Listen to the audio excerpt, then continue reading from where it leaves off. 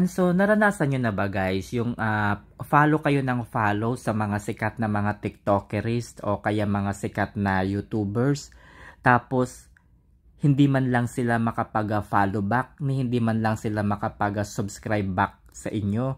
Ano kaya yung dahilan, no? Ako kasi kapag may nag-subscribe sa akin, nagsusubscribe din ako sa kanilang channel. Kapag may nagla-likes din ako sa kanila, no? Kapag may nagpa-follow din naman ako sa kanila. Hindi ko lang maintindihan kasi hindi ko alam kung anong idea nila, bakit ayaw nilang mag-follow back, ayaw nilang mag-subscribe back. Napakadali lang naman, isang pindot lang naman yung pag-follow o kaya pag-subscribe. Siguro kasi naiisip nila, ito lang para sa akin, naiisip nila magiging kalaban tayo, magiging kakompetensya nila tayo sa kikitain nila. Kaya yung mga ganon, siguro yun yung nasa isip nila. Sa akin kasi iba Sa akin ang nasa isip ko, kumikita ako ng sarili ko at depende yan sa kung paano tayo kumita.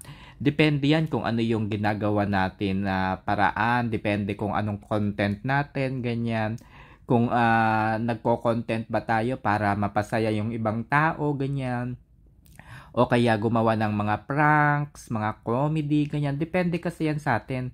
Ako kasi ang content ng YouTube ko is magbigay ng information, mga pagkakakitaan, mga business opportunities, mga ganyan. Kagaya nito, content ko, ito yung YouTube channel ko. Kung ano-ano yung content ko, may politics, mayroong investments, mayroong pagkakakitaan, mga ganyan.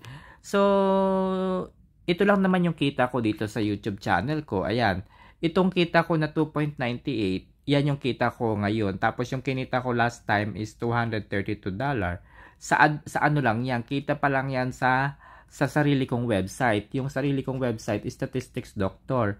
So kung gusto niyo makita yung kita ko sa YouTube, ito naman yung kita ko sa YouTube. So ito yung ito yung website ko guys, statisticsdoctor.com. Yan. Ano lang naman, wala namang kwenta yung website ko. Article lang naman din to. So hindi gumagana yung Statistics Doctor. Ayan, so medyo hindi yata pwede sa mobile. Ayan, ganyan lang naman yung ginagawa ko. Kasi ako may sarili naman akong content. Meron akong Shopee. Ayan, kung gusto nyo bumili sa aking Shopee, ayan. Ito yung Shopee store ko. Oh, hindi nakiklik, nagahang. Oh, ito yung Shopee ko. Ayan, oh. Kung gusto nyo bumili ng Shopee. Ito naman yung TikTok shop. May sarili rin akong TikTok shop. Bakit live 4 nabawasan? Ano yung isang nawawala? Ay, nawala yung isang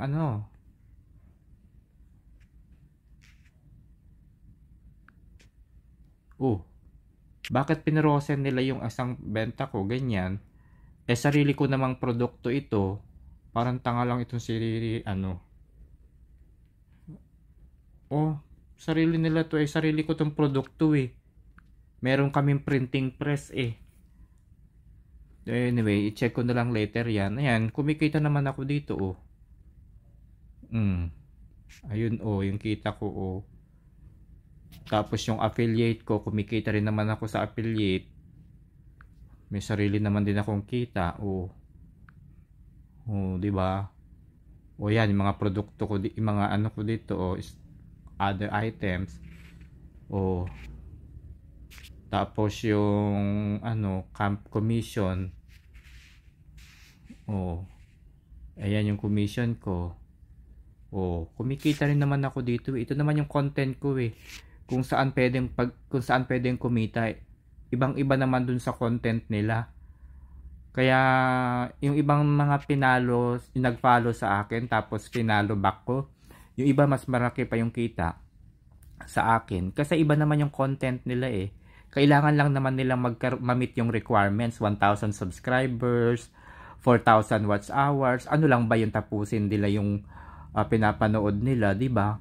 Kaya ikaw guys, kung gusto mo makatulong tayo sa kapwa natin, Panoorin niyo na lang, wag yung tawag doon, i-skip yung mga advertisement. Dito, pati dito sa ano ko, sa video na to. Tapusin nyo guys kasi marami kayo natutulungan.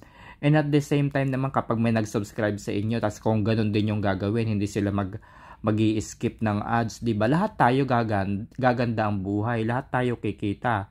'Di ba? By the way, this is Professor Vincento Ribongolan, and I am teaching data science courses, which includes social media analytics, descriptive analytics, predictive analytics, prescriptive analytics, big data fundamentals, fundamentals of data warehousing, programming for emerging technology, which includes the Python programming, and other related to analytics and statistics subject courses.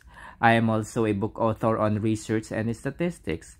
And I'm also a contributing author on different e-learning platforms such as Udemy, Coursera, LearnDesk, Tutorials Point, and any other e-learning platforms. I'm also an Upwork freelance data scientist.